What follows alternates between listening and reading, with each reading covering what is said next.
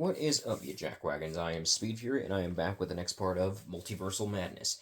Last we left off, the group had just finished fighting, I believe it was Flowery Woods, and now they are on to continue their journey, with Kirby still torturing Juicy the entire way.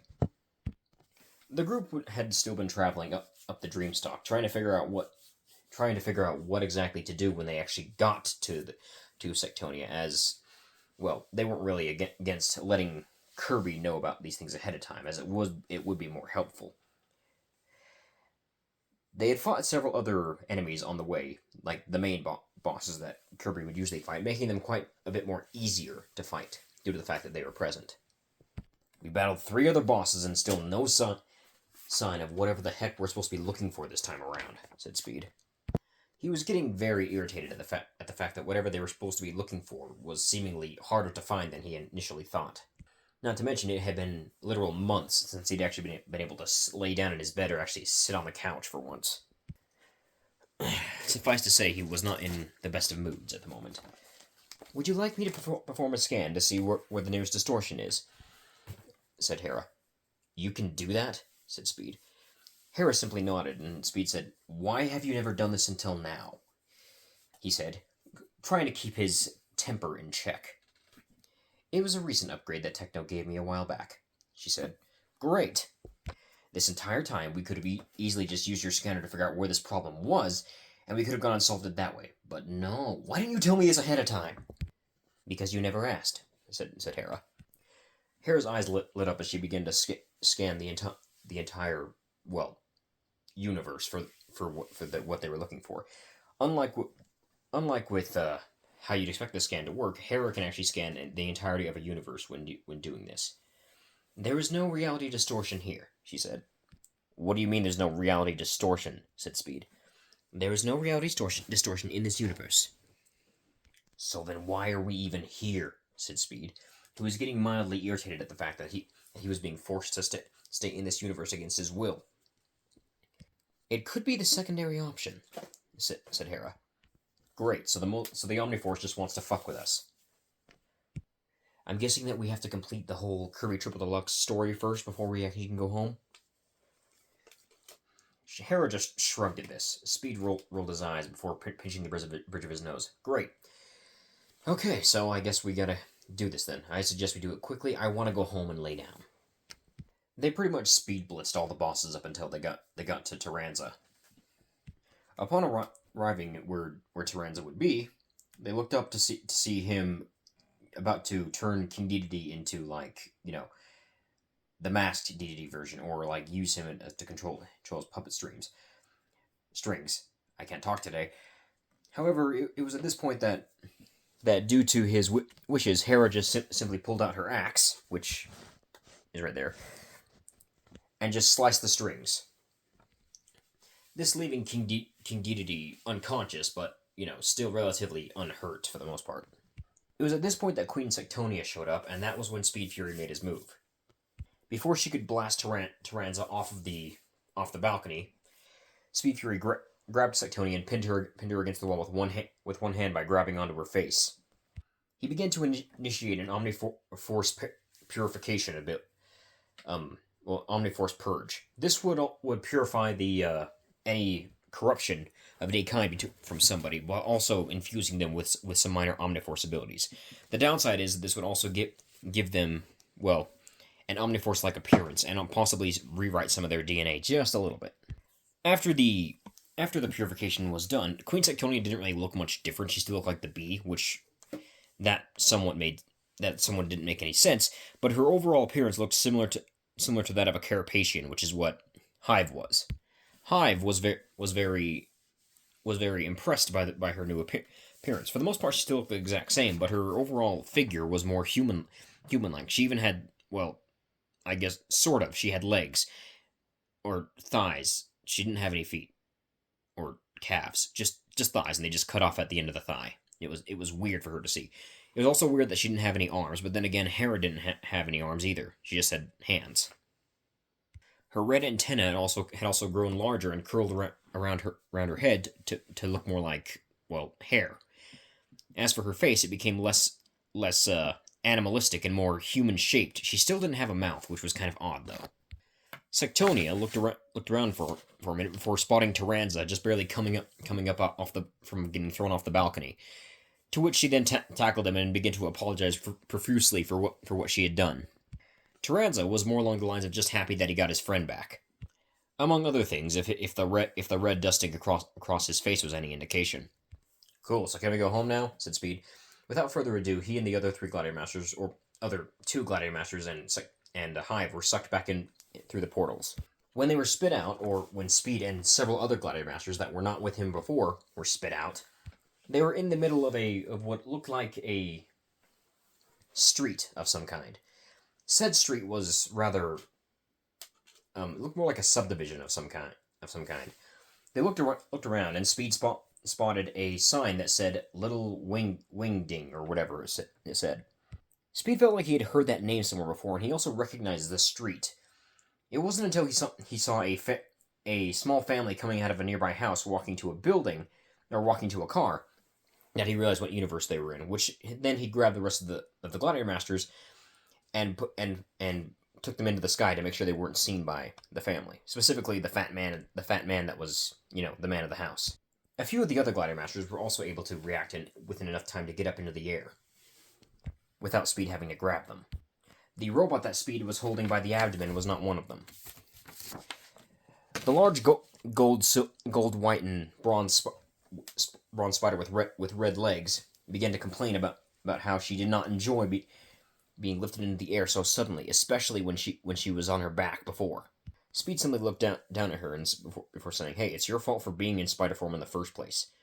Anyway, I'd rather not be spotted by that family, specifically the mother and father." "And why's that?" said Arachnoid. "Because that is the Dursleys, and we are in the Harry Potter universe now. And despite the fact that I want to go home and lay down, we can't really do that. And I'm assuming this is also punishment for finishing that last task so early. I guess the Omniforce wanted us to actually take our time with this one." Aside from Speed, Fury, and Arachnoid, the other Gladiator Masters that came were quite large in number. Unlike last time, they were actually, quite a few of them. Among Speed's team consisted of himself and Arachnoid, Scarlet, the only Inferno Demon member of the entire Gladiator Masters army. He guessed that was mostly due to her having the power of necromancy, which was essentially undead magic. Fluminoid, who was the only Phoenix member of the army, and it was fitting that he was here as Dumbledore had a pet phoenix. Torch, the little sister of the Alpha Masters, was also here. Her being the more along the lines of, well, still childish member of the group, and of course, being the childish member, she would love to see magic and stuff. That, and she was already technically magic in her own right, being part Kitsune. Torch's cousin Ice was also here. She was more along the lines of kind of bothered to be here. She didn't really get really all that into the Harry Potter series, so she barely knew anything of what was going to actually happen. The same went for Torch, but that was mostly because, well, she's never seen or heard of Harry Potter in the slightest. Some of Rainbow Shock's team, including herself, were also present. Rainbow Shock was there, and she was more along the lines of geeking out, as Harry Potter was one of her favorite things to read. She'd never seen the movies, but she had read the books. And of course, her growing up along the same lifestyle that Speed Fury did, she knew what the Harry Potter from the movies looked like. She'd seen the trailers. Stardust was also here, and holy crap, I really messed up on the face. Her eyes are so uneven. Look at that. I'm gonna need to make a new picture. Stardust, being the master of space magic or space energy, would make sense that she's here too, because magic.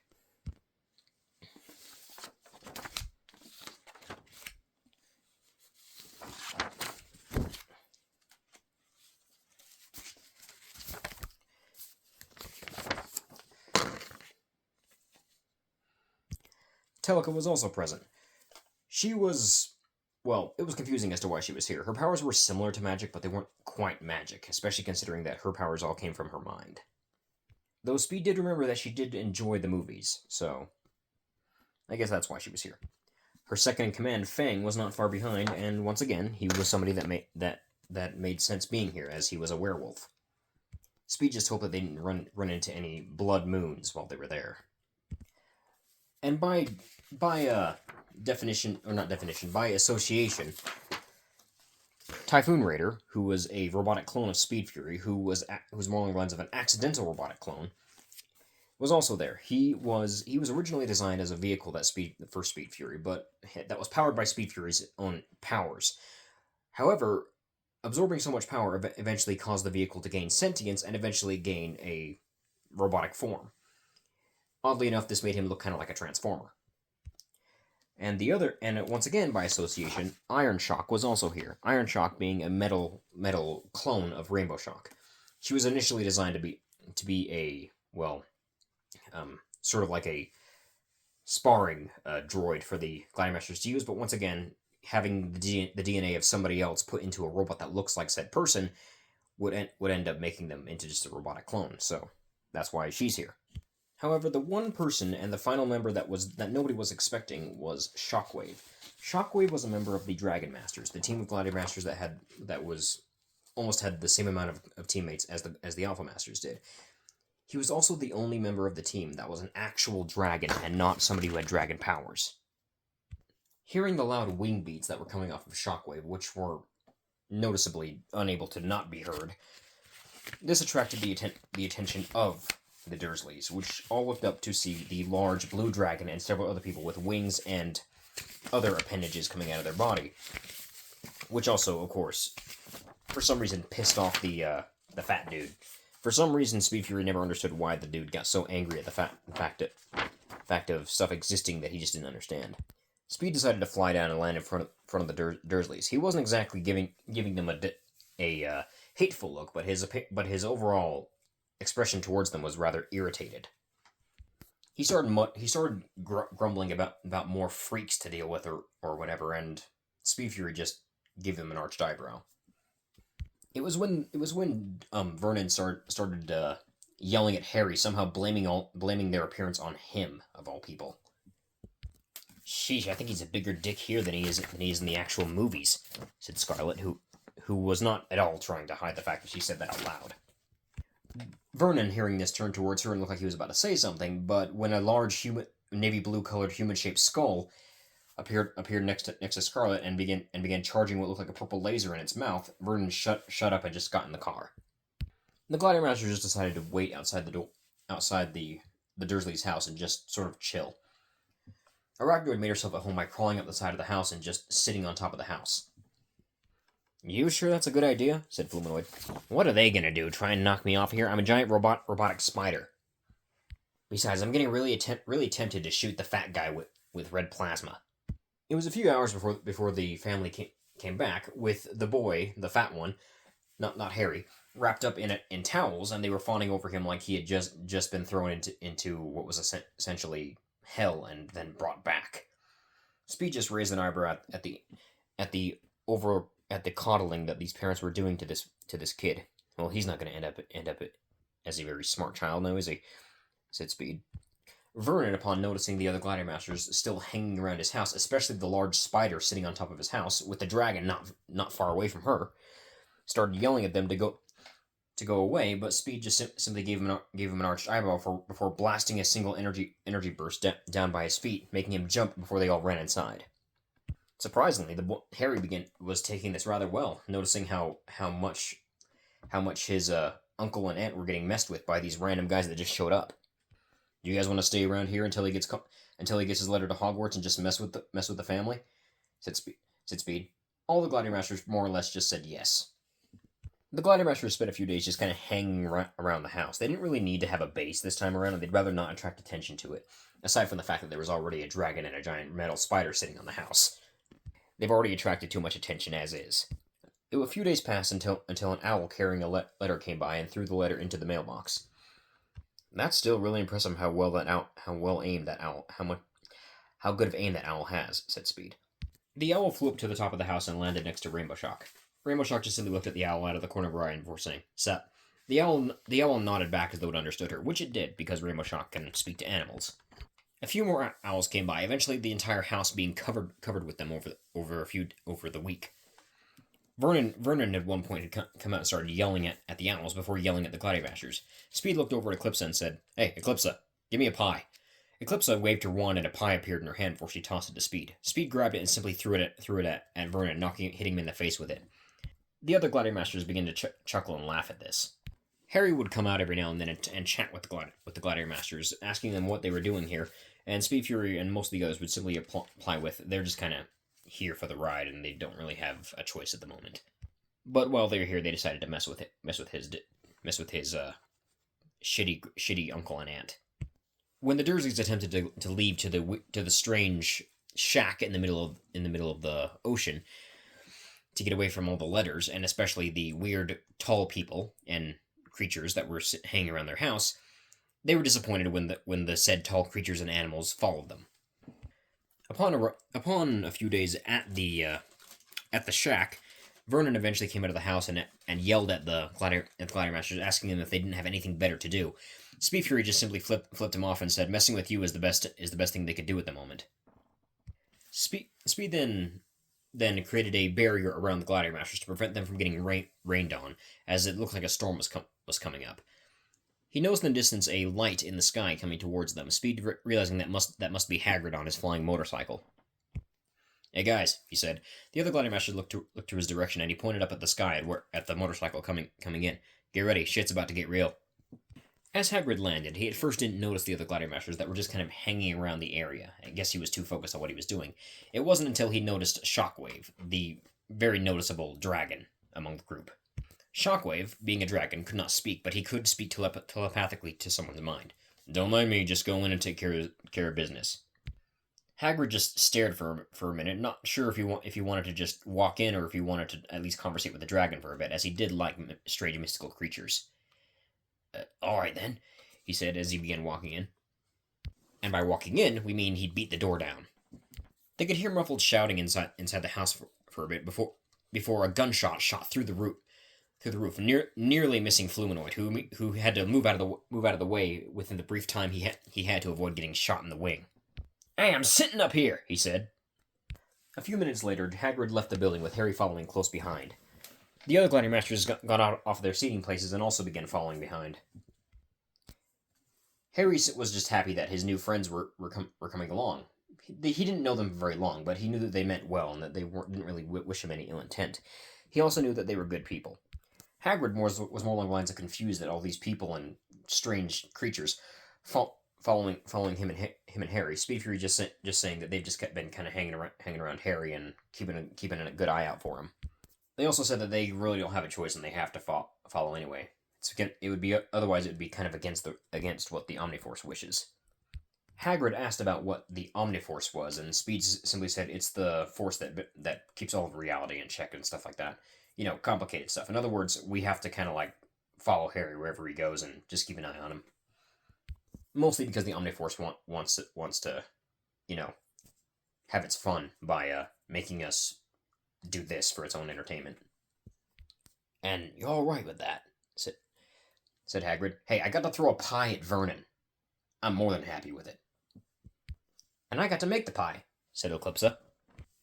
As the group began to head towards the bar or whatever it was called, the tavern. I don't know. I don't remember what it was called. The Leaky Cauldron. As they began traveling there, with most of the Gladiator Masters flying, aside from a few that had to get a ride from Shockwave due to his large size, Harry turned over to ask Eclipsa, "So are you a witch too?" he asked. No," said Eclipsa. "I'm a magician. And a warrior. Though I do perform a bit of magic, but that doesn't make me a witch. Besides, mine is more along the lines of muggle magic. If that's what you wizards call it." This is what triggered Harry to ask about the whole what a muggle is, and Hagrid simply responded with non-magical folk. Which confused Harry as, well, if she was a muggle, why was she using magic? "Technically, we are muggles, but also we're special kind of muggles," said Speed. "We're also not from your world, so, yeah." This led to Harry asking if they were aliens, and Speed said, "Not that kind of not from your world. We mean we're from another dimension, another universe, where we live on a different Earth, where there's no wizards. Or witches. Well, no, there's witches. There's actually one wizard. We call him Wiz. although it's not really much of magic, more along the lines of chemical science that he uses. And there's an entire alien planet full of witches and one warlock, said Speed. Our universe is a lot more confusing than we'd like to get into, plus it would take forever to explain what goes on in it, so... When they arrived at the Leaky Cauldron, all of the Gladiator Masters except for two, being Shockwave and Typhoon Raider, all walked in. Typhoon Raider and Shockwave are just too big to fit in the building, as, you know, with giant robot and big dragon. As Hagrid and Harry came into Diagon Alley, they were surprised to see the other Gladiator Masters on the other side waiting for them. Hagrid asked them how they got over here, and Speed Fury just said we used a portal to get over here easier. Harry asked where Typhoon Raider and Thunderbolt were. I mean, not Thunderbolt, Shockwave. Speed Fury pointed upwards to see for Harry to see Typhoon Raider and Fluminoid up on top of the buildings. Typhoon Raider was more along the lines of just kind of tiptoeing on the buildings. He didn't want to break them, and he had seemed to gotten smaller. Speed Fury said that he can shrink, but not by much. As for Shockwave, he was simply more along the lines of keeping himself from putting too much weight on the buildings by flapping his wings continuously. Of course, many of the wizards and witches were kind of worried about seeing a giant dragon and whatever the other thing was, but the dragon didn't seem to be bothering them, and it seemed more or less that it was, for the most part, just keeping an eye on one particular person. Iron Shock, on the other hand, was not having as much of a good time, as people kept poking her, thinking that she was some kind of weird metal golem. She guessed that could be true, but she was a robot, not a golem, and it was kind of annoying. It was when another wizard poked her that she eventually got irritated and slapped his hand away before saying, "Don't you have any manners? Keep your hands to yourself." Another wizard came to poke her from the other end, but she pulled out her rocket-powered warhammer and smashed it to the ground, sending most of the wizards around fleeing away in terror. "Did you have to do that?" said Speed. "They were annoying me," she said. After Harry had collected all of the necessities that he needed for Hogwarts, and then going back to the Dursleys to, wait to actually head off, the group decided to stay there for a while, waiting for the time when Harry was supposed to leave. Not only that, but most of the owls that were there before were still there, just kind of chilling. A few more days passed, and the Gladiator Masters were just sitting and kind of chilling. They didn't really know when the time would come that Hagrid would come to pick up Harry to go to platform 9 3/4, but they knew that it would probably be somewhere soon. The gang were caught out of their musings when they heard Fluminoid exclaim, "You're cheating! You have to be cheating somehow," he said. The gang looked over to see Fluminoid playing cards with several other owls. "What are you complaining about this time?" said Speed. "I am losing poker to a bunch of owls. They're cheating. They have to be," he said. "You challenged one of the smartest birds to a poker game, let alone more than one. What did you think was going to happen?" said Speed. "They're owls," he said. "And you're a phoenix," said Speed. Speed noticed that one of the owls had a few cards tucked underneath his wing. He chuckled at this before not saying any, and decided not to say anything to make Fluminoid a bit more angry. Eventually, Hagrid came to pick up Harry, and they all followed close behind. Upon arriving at the train station, most of the Gladiator Masters made themselves invisible, aside from Arachnoid, who wanted to mess with what she knew was coming up. Being a large spider would usually attract the attention of people, but luckily for her, being a large robotic spider was seen as otherwise, and most people just thought she was some kind of drone that people made. I mean, it was a high-tech drone for being the time period that it was, but for the most part, most people didn't really pay much attention to it. In fact, most people thought it was somehow a costume. Don't know how they thought that, but... It was when a family of redheads appeared, and one of them, noticeably one of the younger ones, was noticeably freaked out by the large spider. Harry just simply looked back and forth between the boy and Arachnoid before asking if there was something wrong, and the boys exclaimed, "Do you not see the giant spider?" Harry just simply shrugged before saying, "Yeah, that's Arachnoid." "I can make myself less threatening if you would like," said Arachnoid. The red-headed boy nodded very vigorously at that, and Arachnoid began to shift. Her head began to move downwards towards underneath where the rest of her body was, revealing that there was a more human-looking face underneath that head. As for her abdomen, it stretched down until two human-like legs came out from underneath it, with two what looked like red shoulder pads coming out from underneath the rest of the body, followed by two arms. Said arms looking like human hands as well, with black fingers. As her form began to shift and change, she eventually took on a more human like appearance, having what looked like four arms. Two of the arms being made from two of her spider legs, and the other two and the other four of the other spider legs being uh folded into her back, while two more were held above her shoulders. In this form, she looked more like a human with the spider abdomen wrapping around her waist. The face of the spider was currently plastered on her stomach, although it didn't look nearly as threatening when the rest of her appearance kind of took away from the whole threatening giant metal spider. Upon learning how to get to the train platform, they all went through. Surprisingly, the Gliding Masters having no trouble. Well, Arachnoid, Iron Shock, and uh, Typhoon Raider had some trouble, but that was more along the lines due to the fact that they were robots. Speedfear just used a portal to get them to where they were. I don't think we're all going to be able to fit in there, said Harry. That's fine, said Speed. Most of us can fly, and those that can't can hitch a ride with Typhoon Raider. Typhoon Raider bent down on his hands and knees and began to transform into what looked like a big blue jet.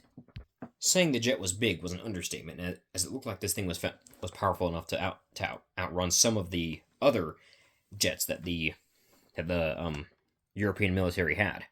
A few of the Gliding Masters did ride in the train with Harry, though. One of them being Arachnoid, who had to shift into her spider form to get into the door easier.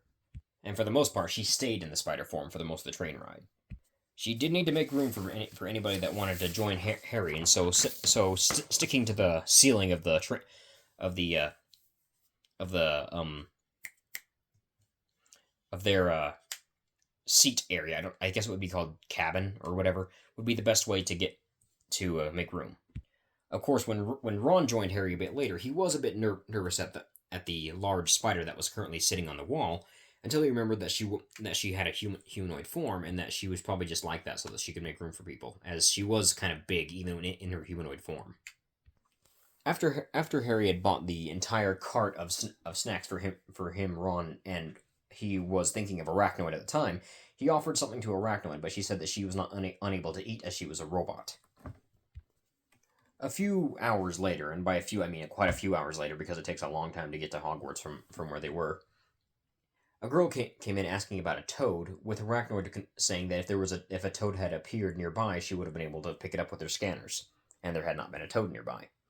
The girl was rather frightened by the large spider that was currently currently on the ceiling. Although who wouldn't be when they see a large metal spider? The whole situation with Ron trying to turn his rat yellow also happens, with Hermione saying that the spell wasn't very good if it was one. Arachnid saying that wasn't very nice, and that they were all still beginner wizards in the first place, and witches, and they shouldn't be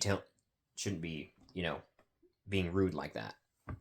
Hermione realized what she said could be taken that way, and apologized, saying that her nerves were getting the best of her. After they arrived at Hogwarts and passed on the boats to the castle, with several students staring at the large blue boat-like vehicle that was slowly traveling alongside their boats, with several of weird other creatures standing on top of it, aside from the dragon flying overhead. They were just more along the lines of confused, and they were kind of taken aback by that over the large castle in front of them. After arriving at shore, the large blue boat transformed into a giant man, which confused the heck out of a bunch of students, while some of them staring at it in awe. As the students began to walk up to the main hall, several students couldn't help but notice the spider crawling on the walls, and the other creatures and people that were oddly colored and oddly large, just kind of walking and or flying next to the students, mostly keeping to the area that Harry was in. When the time came for them to enter the main hall, this is when Malfoy spoke up, saying how Harry doesn't want to fall in with the wrong sort. However, before Harry could say anything, this is where one of the Gliding Masters cut in. Said person being the dragon, speaking to everyone through their mind. Bold of you to say that you're not the wrong sort when your name literally translates to Dragon of Bad Faith. Hearing that, several students began to laugh, and Draco glared at the large dragon, with the dragon just simply smirking, showing off his sharp teeth, before electricity surged between his horns, wings, tail, and even in his mouth. "What, boy? You gonna try something?" it said to him through his mind. Draco, realizing that he probably shouldn't be glaring at the creature that could potentially eat him in one bite, decided to shut up.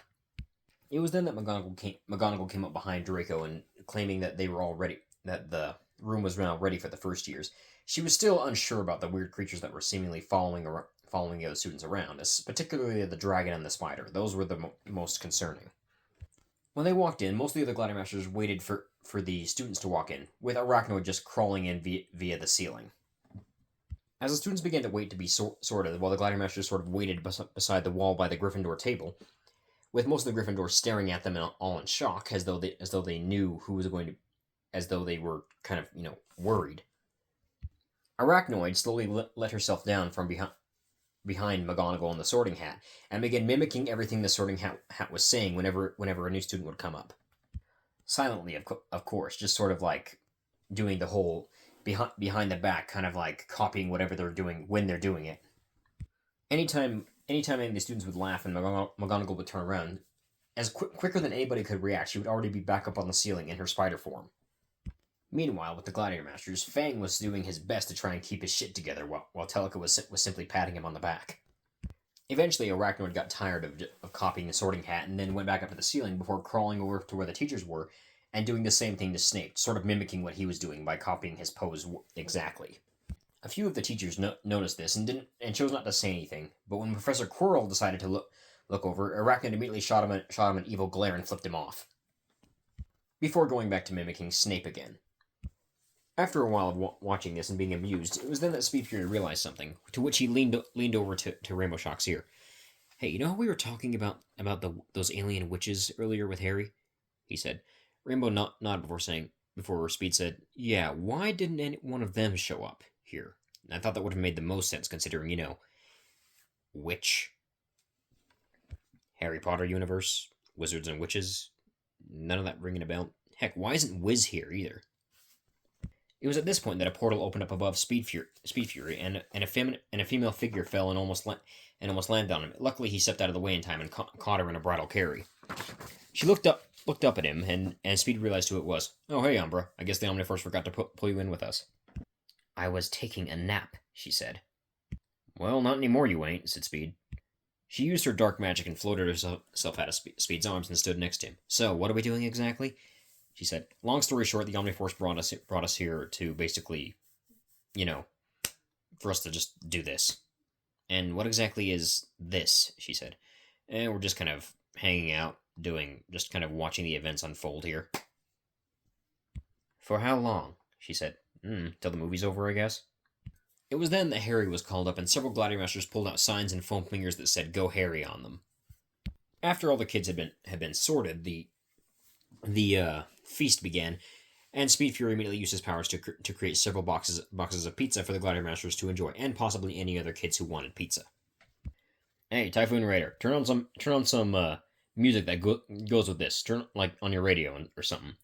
Without any further ado, Typhoon Raider tapped a few buttons on his chest before the Mexican hat dance started playing.